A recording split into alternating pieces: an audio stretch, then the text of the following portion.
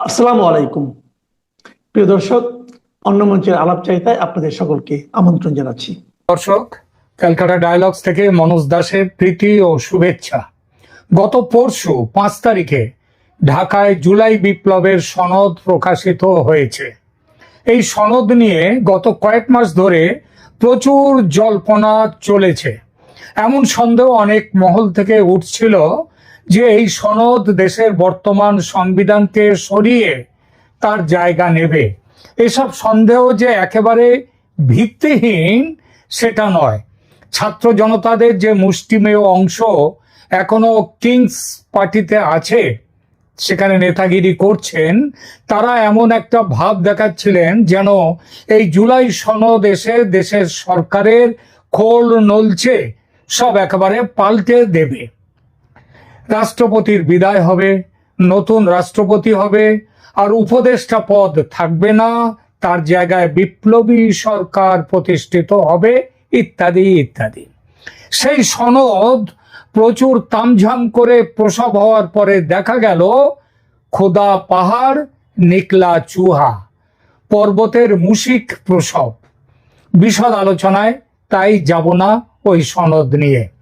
এই সনদ প্রকাশের পর আওয়ামী লীগের এক কর্তাকে ফোন লাগালাম, বললাম বিএনপি, জামাত, এনসিপি 3 দল মিলে ইউনূসের সঙ্গে খুব তো গলা জড়াজড়ি করে এই সনদ বের করলো। পুরো সনদ জুড়ে শুধু ওই কিংস পার্টি বা এনসিপি বা দেশের কি হবে সেটা কথা নয়, পুরো সনদ জুড়ে শুধু আওয়ামী লীগকে গালাগালি দেয়া হয়েছে। তো এই পরিস্থিতিতে দেশবাসীর উদ্দেশ্যে আপনারা কি পার্টির পক্ষ থেকে কিছু বলবেন না? মানুষ কিন্তু হাপিত্তেশ করে বসে আছে আপনাদের কথা শুনবে বলে। উনি বললেন কলকাতায় থাকা নেতারা বৈঠকে বসছেন। সেই বৈঠকটা গতকাল হয়েছে সেই বৈঠকটা, সেখানে সমস্ত বিষয় নিয়ে তিনি জানালেন সমস্ত বিষয় নিয়ে আলোচনা হবে। দিল্লি থেকে শেখ হাসিনার নির্দেশ এসেছে। তো এই বৈঠকটা হওয়ার কথা 6 তারিখ সন্ধেবেলায় বৈঠকটি হওয়ার কথা। বৈঠকের খবর আমি পাইনি, কারণ একটা ব্যাপার ঘটে গেছে ইতিমধ্যে। একদিকে এই কথা, আবার একদিকে 5 তারিখের সন্ধ্যায় ফোন পেলাম ভারতীয় জনতা পার্টির বিজেপির পশ্চিমবঙ্গ রাজ্য শাখার ডিপার্টমেন্ট অফ ফরেন অ্যাফেয়ার্সের বিভাগের ভারপ্রাপ্ত অনুজ প্রতিম শ্রী রজত ভরদ্বাজ মুখার্জির কাছ থেকে। ইনি শেখ হাসিনার সঙ্গে নিয়মিত যোগাযোগ রাখেন বলে জানি। গত সপ্তাহে তিনি কথা বলেছেন হাসিনাজির সঙ্গে।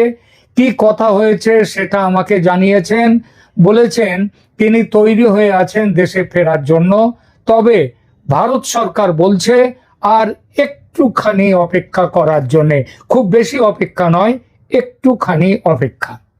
আওয়ামী লীগের এক নেতার সঙ্গে কথা, তারপর বিজেপির বিদেশ বিভাগ দেখেন এমন নেতার আমাকে নিজে থেকে ফোন করা।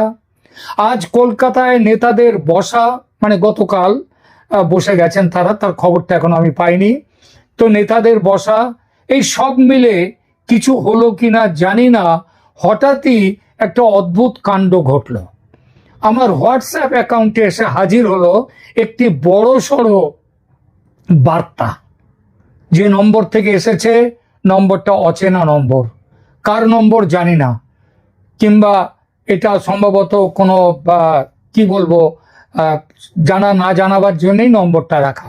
সম্ভবত আওয়ামী লীগের কোনো একটি কার্যালয় থেকেও কেউ পাঠাতে পারেন এটি, অথবা অন্য যে কেউ পাঠাতে পারেন। আলাদা একটি মেসেজে লেখা, একটা মেসেজে বার্তা, আরেকটি মেসেজে আরেকটি ছোট্ট করে একটি লেখা যে এটি একটি ড্রাফট মেসেজ, চূড়ান্ত করার প্রস্তুতি চূড়ান্ত করবেন মাননীয় নেত্রী শেখ হাসিনাজি। আপনার চ্যানেল ক্যালকাটা ডায়ালগসের বিপুল জনপ্রিয়তা বাংলাদেশে, তাই পাঠালাম। দয়া করে এই বার্তাটি নিয়ে একটি প্রতিবেদন করলে বাধিত হব, এবং এই প্রতিবেদন দেখার পর বাংলাদেশ থেকে যারা এই বিষয়ে তাদের নিজস্ব কোনো মতামত দিতে চান এখানে যোগ করার ব্যাপারে, তাহলে সেটা পাওয়া যাবে। আমার মনে হয় সেইটাই ছিল উদ্দেশ্য। তো সে নয় করলাম, প্রতিবেদন করলাম। তবে একটা ডিসক্লেমার দিয়ে রাখছি প্রথমেই, এই বার্তা আমি আওয়ামী লীগের পক্ষ থেকে অফিসিয়ালি কারো কাছ থেকে পাইনি।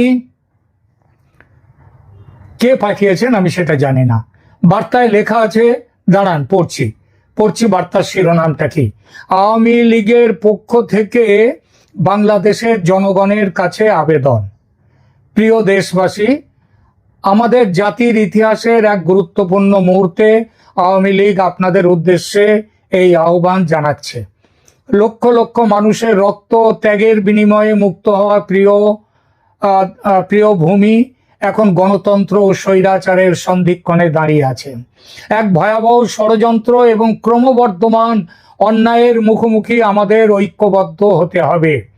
শেখ হাসিনা, যিনি 15 বছরের অগ্রগতি ও স্থিতিশীলতার মধ্য দিয়ে বাংলাদেশকে নেতৃত্ব দিয়েছিলেন, তাকে জনগণের ইচ্ছায় নয় বরং একটি পরিকল্পিত চক্রান্তের মাধ্যমে ক্ষমতাচ্যুত করা হয়েছিল। এটি কোনো স্বতঃস্ফূর্ত বিদ্রোহ ছিল না, বরং একটি সুপরিকল্পিত ষড়যন্ত্র ছিল, যার মধ্যে বেশ কয়েকটি স্বার্থান্বেষী মহল জড়িত ছিল, দেশি বিদেশি উভয়েই, যারা আওয়ামী লীগের নেতৃত্বে অর্জিত আমাদের জাতির স্বাধীনতা ও সার্বভৌমত্ব সহ্য করতে পারেনি। সরকারি সূত্র স্বীকার করেছে যে বিভিন্ন রাজনৈতিক খেলোয়াড় বহিরাগত সহায়তায় ছাত্র গোষ্ঠীগুলিকে এবং অন্যান্য বিভিন্ন সংগঠনকে অর্থায়নের মাধ্যমে অগ্রণী ভূমিকায় ব্যবহার করে হাসিনাকে ক্ষমতাচ্যুত করার জন্য গণবিক্ষোভ এবং অস্থিরতা সমন্বিত করেছিল। এমনকি নোবেল বিজয়ী মোহাম্মদ ইউনূস, যিনি বর্তমানে অন্তর্বর্তীকালীন নেতা, তিনিও স্বীকার করেছেন যে একটি ষড়যন্ত্রের অস্তিত্ব ছিল এবং এই আন্দোলন সাবধানতার সাথে পরিকল্পিত এবং পরিচালিত হয়েছিল দেশ বিরোধীদের সংগঠকদের দ্বারা। শেখ হাসিনা নিজেই 2024 সালের মে মাসে প্রকাশ করেছিলেন যে শক্তিশালী বিদেশি শক্তিগুলো বাংলাদেশকে অস্থিতিশীল করার এবং এর পরিচয় এবং ঐক্যকে ক্ষুণ্ণ করার বৃহত্তর ষড়যন্ত্রের অংশ হিসেবে তার সরকারের পতনের পরিকল্পনা করেছিল। মোহাম্মদ ইউনূসের অধীনে অন্তর্বর্তীকালীন সরকার ক্ষমতা গ্রহণের পর থেকে বাংলাদেশের কষ্টার্জিত শান্তি ও সমৃদ্ধির ওপর কালো মেঘ ঘনিয়ে এসেছে। দেশটাকে দ্রুত ধ্বংসের দিকে নিয়ে যাচ্ছে এই অবৈধ বিদেশি শক্তির হাতের পুতুল সরকার। এই সরকার ধর্মান্ধ জঙ্গিদের অভয়ারণ্য। ইউনূসের প্রশাসন হাজার হাজার জঙ্গিকে মুক্তি দিয়েছে এবং কুখ্যাত সন্ত্রাসীদের বিরুদ্ধে অভিযোগ প্রত্যাহার করেছে। জিহাদি এবং ধর্মান্ধ গোষ্ঠীগুলি পুনরুত্থিত হয়েছে, তাদের পতাকা এখন প্রকাশ্যে উঠছে।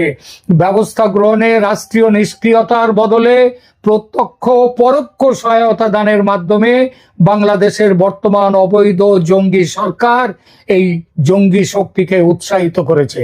জঙ্গিদের জন্য হাই প্রোফাইল পলায়ন এবং সাধারণ ক্ষমা নিরাপত্তাহীনতার ঢেউ তুলেছে সারা দেশ জুড়ে। নারী জাতির বিরুদ্ধে সহিংসতা, বিদ্রোহের নেতৃত্ব দানকারী মহিলারা প্রাথমিকভাবে অত্যাচার ও অনাচারের শিকার হয়েছিলেন। আজ তারা নিজেরাই প্রকাশ করছেন কি অন্যায় হয়েছে তাদের ওপর, প্রকাশ করছেন এই নেতাদের আসল চেহারা। হয়রানি, অনাচার, অত্যাচারের ঘটনাগুলি বিচার পায় না, কারণ প্রশাসনিক কর্তৃপক্ষ নির্যাতনকারীদের প্রশ্রয় দেয় বা সমর্থন করে।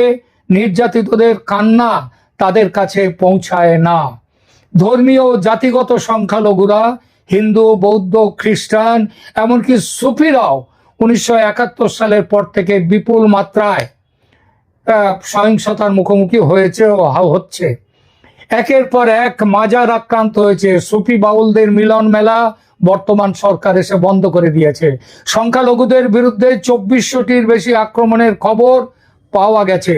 তাদের বাড়িঘর, মন্দির এবং ধর্মস্থান ধ্বংস করা হয়েছে।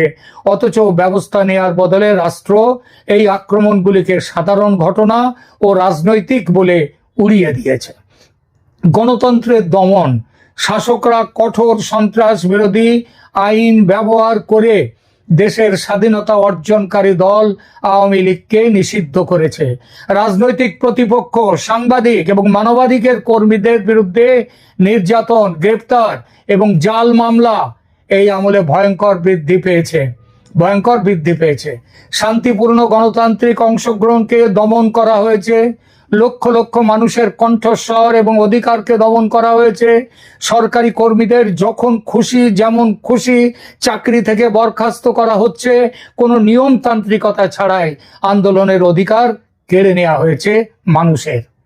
দেশের ইতিহাস এবং পরিচয় মুছে ফেলার ঘৃণ্য ষড়যন্ত্র। ইউনূস সরকার এবং তার মিত্ররা বাংলাদেশের মুক্তিযুদ্ধের ঐতিহ্য মুছে ফেলার জন্য একটি পদ্ধতিগত প্রচারণা চালাচ্ছে। এমনকি আমাদের সংবিধান থেকে জয় বাংলা অপসারণের জন্য আদালতে আবেদন করেছে এবং আবেদন করছে এবং আমাদের প্রতিষ্ঠাতা বঙ্গবন্ধু শেখ মুজিবুর রহমানের প্রতিকৃতি অবমাননা করছে। বঙ্গবন্ধুর ঐতিহাসিক বাসভবন 32 নম্বর ধানমন্ডি ধ্বংস করেছে। বঙ্গবন্ধুর সমাধি ধ্বংস করতে গিয়ে পারেনি, মানুষ রুখে দাঁড়িয়েছে বলে তারা জাতীয় সঙ্গীত বদলের দাবি তুলেছে। বলছি এই সঙ্গীত ইসলাম বিরুদ্ধ। আইন শৃঙ্খলার পতন, বিনা বিচার ও বিচারের নামে প্রহসনের মাধ্যমে মৃত্যুদণ্ড এবং বিচার বহির্ভূত হত্যাকাণ্ড উদ্বেগজনক গতিতে ঘটছে। মব জাস্টিসের নামে যাকে খুশি তাকে প্রকাশ্যে হত্যা করা হচ্ছে। মাত্র 11 মাসে রাষ্ট্রীয় হেফাজতে 27 জনেরও বেশি মানুষ নিহত হয়েছে। অর্থনৈতিক ও সামাজিক অস্থিরতা, অভাবী অর্থনীতি যা ইতিমধ্যেই ভঙ্গুর অব্যবস্থাপনার কবলে পড়ে যখন ভয় ও অনিশ্চয়তা দৈনন্দিন জীবনকে তাড়া করে বেড়াচ্ছে, বাজার নারী ও সংখ্যালঘুদের জন্য বিপজ্জনক হয়ে উঠছে এবং সমাজের কাঠামো ভেঙে পড়ছে। মিথ্যাচার, শুধুই মিথ্যাচার। মিথ্যাচারের রেকর্ড সৃষ্টিকারী এই অবৈধ সরকারের একমাত্র লক্ষ্য অগণতান্ত্রিকভাবে দীর্ঘকাল ক্ষমতায় টিকে থাকা। এজন্য তারা শুধুই মিথ্যাচারের আশ্রয় নিচ্ছে একের পর এক। মাত্র 11 মাসেই দুর্নীতির ঘুঘুর বাসা।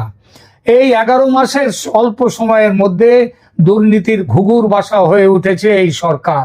উপদেষ্টাদের পরিচিতি এখন নামের আগে টাকার পরিমাণ লিখে দিয়ে।